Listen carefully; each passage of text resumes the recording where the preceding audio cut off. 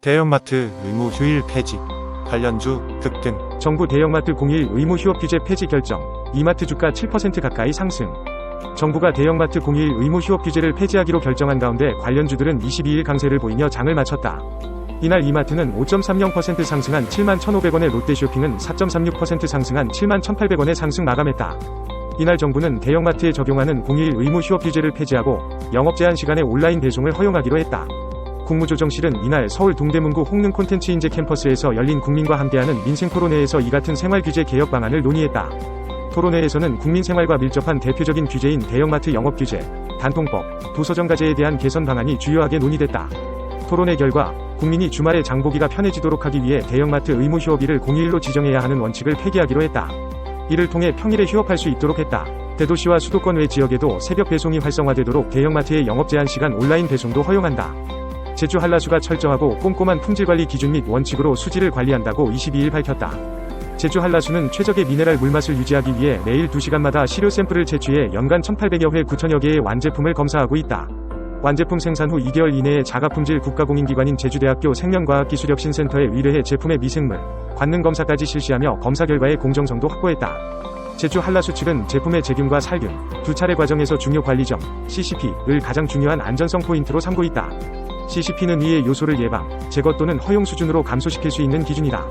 이를 위해 공장에서는 2시간 간격으로 샘플을 채취해 당일에 미생물 및 관능 검사를 실시하고 있다. 생물 검사에서는 제품 내에 세균이나 대장균이 들어있는지 검사한다. 관능 검사에서는 제품의 내용량과 이물질 함유 여부를 확인한다. 물맛, 냄새에 관한 관능 검사부터 시작해 탁도, pH 및 경도 검사까지 시행하고 자체 실험일지를 작성일로부터 3년간 보관한다는 방침이다.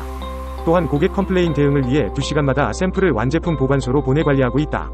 제주 한라수 관계자는 대형마트나 온라인 커머스 플랫폼, 편의점 등을 활용하는 소비자에게 물맛 좋은 미네랄 워터라는 인식 확대와 함께 화산 안반의 현무암이라는 천연 필터를 거친 제주의 깨끗하고 안전한 물로서 청정함과 고유성을 지켜나가는 데 투자를 아끼지 않겠다고 말했다. 코스닥 상장사 제이스텍이 2대 주주인 미국 배터리셀 제조회사인 인터내셔널 배터리 컴퍼니 이하 IBC가 총 1조 원 규모에 달하는 대규모 펀딩 첫 사업을 성공적으로 진행했다. IBC는 인도 내 기가팩토리에서 독점 개발한 INMC 프리즈매틱 셀을 생산하고 있는 업체다. 이 기업은 한국의 LG 에너지 솔루션과 같은 인도 내 2차 전지 시장을 주도하고 있는 업체로 알려져 있다. 특히 IBC는 테슬라, BMW, 포드, GM 등 세계 유수의 자동차 제조업체에 배터리를 공급 중이다. 제이스텍은 현재 IBC 지분 20%를 보유한 2대 주주다. 22일 외신 등 보도에 따르면 IBC는 성장하는 인도 전기차 시장의 수요 공급 격차를 해소할 계획으로 3,500만 달러, 하나 400억 규모 모금에 성공했다. IBC는 1차로 3,500만 달러를 펀딩에 성공한 데 이어 2차로 7천만 달러 펀딩을 앞두고 있다.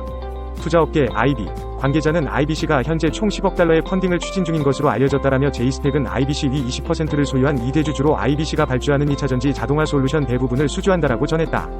그러면서 외신 보도에 따르면 향후 50GWh 용량 약 10조의 대규모 발주가 기대된다라며 IBC 펀딩 성공으로 제이스텍이 보유한 20%의 대규모 지분 가치의 상승과 더불어 발주처인 IBC 위 2차 전지 자동화 솔루션의 대규모의 빠른 발주가 2024년부터 기대된다라고 덧붙였다. 현재 인도에는 350만 대 이상의 전기차가 있으며 그중 거의 절반이 전기 1륜차이고 10% 미만의 4륜차이다. 하지만 제조사에 제공되는 새로운 규제와 인센티브 덕분에 시장에서 EV의 비중은 커질 것으로 예상된다. 실제 인도의 수도 뉴델리는 2030년까지 전체 4륜차 기반의 30%, 2, 3륜차 시장의 80%를 전기화해 내연기관, ICE 차량을 제한하는 것을 목표로 하고 있다. 국제 배터리 회사는 이러한 변화의 기회를 주시하고 있는 상황이다. 현재 인도 시장에서 사용되는 전기차 배터리는 주로 중국에서 수입되어 안전성과 지속 가능성에 대한 우려로 이어지고 있다. 이러한 배터리 팩은 현지 조건에 따라 적절하게 설계되지도 않고 마모를 견디도록 적절하게 제조되지도 않는다. 이로 인해 전기 1륜차에 불이 붙는 경우도 있다. IBC는 자체 개발한 리이온 배터리 셀을 통해 이러한 문제를 해결하고 국내 전기차 배터리의 현재 수요와 예상 수요를 모두 충족시키기 위해 노력하고 있다. 업계 관계자는 이번에 IBC가 유치한 자금은 인도 내 기가팩토리로 불리는 남부 카르나타카주의 리튬 이온 전지를 생산할 공장을 짓기 위해 10억 달러를 투자하기로 한 데 따른 자금으로 소요될 것으로 보인다라고 전했다. VI 자산운용이 일본 반도체 밸류체인에 투자하는 목표 전환형 펀드를 선보였다. 22일 자산운용 업계에 따르면 VI 일본 반도체 밸류체인 환 조건부 목표 전환 1호가 이날 출시됐다. 목표 수익률을 10%로 설정하고 엔저 상황에 따른 조건부 환해지 전략을 가미했다. 이번 상품은 최근 일본 반도체 산업 부흥을 위한 움직임과 미중 분쟁 사이 반사이익 수혜를 예상해 마련됐다. 일본 정부 보조금 지원 정책 확대와 함께 반도체 소재 부품 장비, 소부장 분야의 글로벌 점유율이 높은 반도체 밸류체인에 투자한다. 조건부 환해지 전략을 씌운 국내 첫 공모펀드다. 설정 시점에 N1 환율이 100엔당 1000원 미만일 경우 환노출로 시작하고 펀드 운용 중 1000원이 넘을 시 환해지하게 된다. 엔화 상승기 환노출을 통해 환차익을 추구하고 일정 기간 환율이 올라오면 해지를 실행해 프리미엄도 얻는 구조다. 다만 환해지 이후 환율이 100엔당 1000원 이하로 떨어지게 되면 환노출 전략으로 회귀하지 않는다는 점은 유의해야 한다. 또 목표 전환형으로 A클래스 기준 목표 기준가 1100원 도달하면 국내 단기채 ETF로 운용된다. 이번 펀드는 일정 기간 동안만 모집하는 단위형 공모펀드다.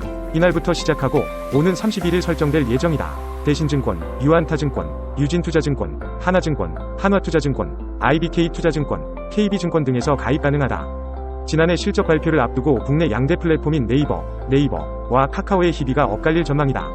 커머스 매출 흥행 덕을 본 네이버는 지난해 역대 최대 실적을 달성하며 또 한 번 기존 기록을 경신할 것으로 보인다. 반면 지난해 사상 최악의 한 해를 보낸 카카오는 전년 대비 20% 가까운 영업이익, 연간 기준 감소가 예상된다. 22일 업계에 따르면 네이버와 카카오는 매달 첫째 주 2023년 4분기 및 연간 실적을 발표한다.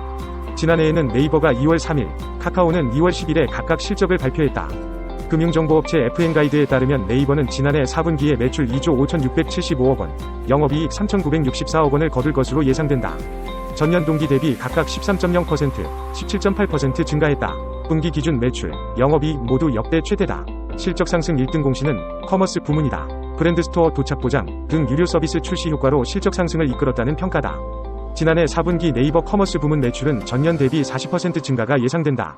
다만 주력인 서치 플랫폼, 검색 광고 등 포함, 매출은 더딘 광고 업황 회복으로 지난해에 이어 1% 미만의 증가율을 보일 전망이다. 이 밖에 핀테크, 커머스, 클라우드 등의 사업 매출도 소폭 증가에 그칠 것으로 보인다. 네이버의 지난해 연간 매출과 영업이익은 각각 9조 7011억 원, 1조 4797억 원으로 추정된다. 전년 대비 18.0%, 13.4%씩 증가했으며 연간 매출, 영업이익 역시 역대 최대다. 업계에선 네이버의 올해 실적을 더 기대한다.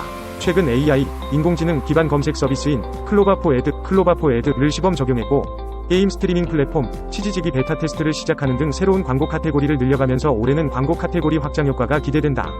카카오도 지난해 나름 선방한 실적을 거둘 것으로 보인다. 4분기만 보면 카카오가 네이버보다 예상 성적표가 더 좋다. 4분기 매출과 영업이익 전망치는 각각 2조 2230억 원, 1502억 원으로 전년 동기 대비 25.3%, 49.8% 증가했다. 이 전망이 맞다면 매출은 역대 최대치이며 영업이익은 2022년 3분기 1503억 원, 이후 5개 분기 만에 1500억 원대를 돌파했다. 4분기엔 주력인 투비즈 매출 증가가 기대된다. 증권가에선 투비즈 매출이 전년 대비 10% 이상 증가할 것으로 예상했다. 기타 매출은 연말 모빌리티 성수기 효과로 30% 이상 증가가 예상된다. 여기에 SM 엔터테인먼트 연결 편입 효과로 음악 부문 매출이 100% 가까이 증가하며 실적 개선에 한몫했다. 다만 연간으로 따지면 다소 주춤한 실적이 예상된다. 지난해 SM 엔터테인먼트, SM의 시세 조종 혐의로 김범수 창업자를 비롯한 주요 경영진들이 수사받으며 경영 공백이 발생한 것을 고려하면 선방했다는 평가다.